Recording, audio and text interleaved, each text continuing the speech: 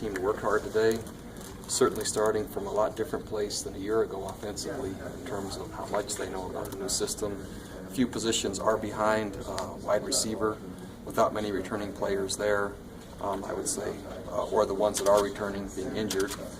So we're trying to catch those guys. Are trying to catch up. They're kind of controlling the pace right now. But pace them, the running backs, the tight ends, the offensive line, that part is picked up much to where they left off.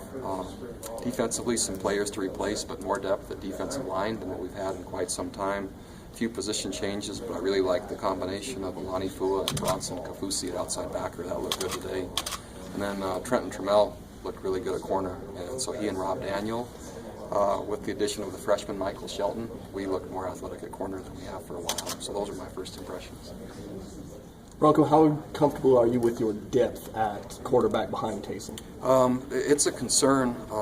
Christian Stewart, we know who he is, we know what he can do, and now just execution-wise, how proficient can he be in demonstrating in spring practice, and so that will tell us a lot how comfortable I am. But who he is and what his knowledge of the offense is, all those things are right on. Now he just needs to have to demonstrate the capability of moving the football against our defense this spring, and I think he'll feel better. What are you seeing from the offensive line? First of all, a little bit more depth than what we've had in spring, so I like that. And then some experienced players. We did move Tuni Kanuch to guard from nose tackle, and that's made a nice difference inside. We're really physically strong there, so I like that. It's almost like having a junior college player come in at guard, so I like that. And then a freshman off of his mission, Louis Lapuaho, I liked him a lot today too. So two new faces on the offensive front, and then we got Jordan Black back, and that was good to have him there. What do you hope to accomplish over the course of the next 5 weeks? Man, quite a bit. So I would say if we're looking at our program, what we have to improve, our ability to protect and throw and catch the football effectively and consistently. So our pass game has to catch up to the run game, which I think it will. We've done a lot of self-scout and self-analysis that way. I'd like to see our focus on our blue zone scoring, so our tight area close to the goal line. I'd like to see us get better in that. We won't be as personnel specific yet because we won't have all of our people till fall, but we've got some concepts we really like there.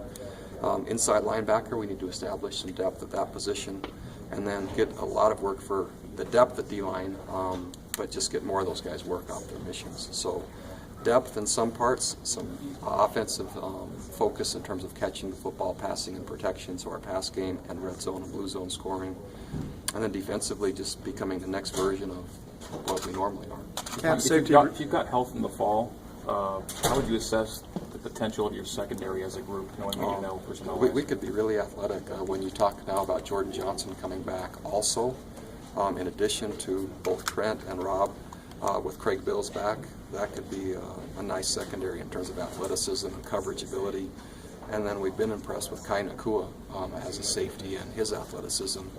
And so it doesn't take long before you have about 6 players there that could be pretty dynamic. And then you add the outside backers, not only that we have now with Alani and Bronson and the incoming guys that we've recruited. We look pretty athletic then on the perimeters and in the back end. Is Dallin playing in the fall, or is he Levitt? Yes. Is he going to be a safety for you? Right now it's scheduled to be a safety because we just added more depth at corner. Last year you talked a lot about establishing a culture of go hard, go fast, and you didn't bring that up just now. Are you satisfied? Have you kind of reached that? I like a lot where that is, and so I guess it tells you just by not bringing it up that it just has become so commonplace that what the intent is now is not to sacrifice efficiency or specificity for the pace. It's to add those things to the pace. And so that would be the next focus if I were to maybe summarize all that stuff I said at the beginning personnel-wise. Now it's to go fast with now some specificity and a little bit more efficiency for where we were a year ago. And especially against the better opponents, scoring more points in those games. And I think those things tie together. With having more of the offensive ability, are there more possibilities for Taysom to make a change if you see some difference when he lines up? A lot of our offense right now, there are run-pass options anyway, and so there's so much built in right now that's already run-pass oriented or adjustable based on what he sees that I don't see that really increasing because it's so much of what we do already. Who's your place kicker in the fall? That's a great question. Thank you. I'll follow up with a different That'd position. be good. Long snap. Braden Kearsley, I didn't see him out there today. Is he? Academics. So there's a number of players, and he comes right to mind, and I'll draw a blank on anyone else. But until there's at least a minimum threshold that I feel comfortable spring ball wise, then there is in practice. Is your kicker coming in the summer, maybe? I hope so. Any newcomers that we might not know about? Not that I can think of. We saw Zach Stout out there. Can you tell us how he made it back? Man, so Zach, that seems like a long time. So when Zach left, he's coming back as a walk-on without his scholarship to re-earn it.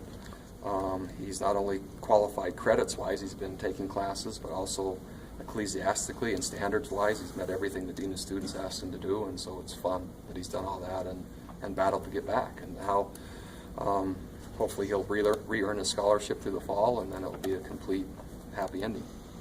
Bronco, what about your wide receiver core and the opportunity for new guys or young guys to get some experience this spring with Ross and Mitch out? The two that are going to get just worn out, Nick Kurtz is here as a junior college player, and now Michael Davis, who moved over from corner to the original position we recruited him. Those two today just got tons and tons and tons of work, which is great. Before we get Mitch Matthews back, before we get Ross Oppo back, before we get our two other junior college / transfer players coming in the fall. So that could look like the secondary in the fall. It doesn't right now. What were your impressions of Skinny Bronson? Skinny Bronson is, I like him. And when you look to throw the ball to wherever he is, standing back where I was at the quarterback, you don't see much on the other side of Skinny Bronson when you think wingspan and et cetera. So, yeah. Taysom told us he worked with John Beck a little bit. And have you seen improvement from him in just the short time you've been with him? Yeah, so Coach Beck and Jason Beck, our quarterback coach, and John Beck have taken obviously real interest this offseason in not only helping him in warm-up routines in terms of protocol, but also anticipation, where the ball's delivered, when it's delivered, things that can maybe make him more proficient. So much of what we ask him to do, because of his body, is run-oriented. And so the next phase of this whole thing offensively, to make it more dynamic, then is to add the throw game to it. And so we've added that a ton. Hopefully that won't diminish his ability to run with it, which I don't think it will. If Alani could borrow 20 of Bronson's pounds and split it up at the outside, would you be okay that with would that? be kind of scary. Yeah. We have time till fall. So, in fact, he's taking that as a personal challenge. He told me is that he's calling it the Rebel 20. What's your take on this rule? They're calling it the Saban rule, proposed the 10-second rule. I'm not for it. I don't think it has any impact on player safety. I don't think there's any research that substantiates that. I think that there's a strong argument for the teams that like the offensive players all jammed together. There's more chance of injury being more jammed together than all spread out. And so I think there's a trade-off there. If I saw research that was different, I might change my mind. I think it's just one way for some of those that have some things that others don't to try to prevent a different type of game or warfare to neutralize the playing field. And I don't like it. Anything else? Is Corey Edwards a kicker coming in the summer? That is our kicker.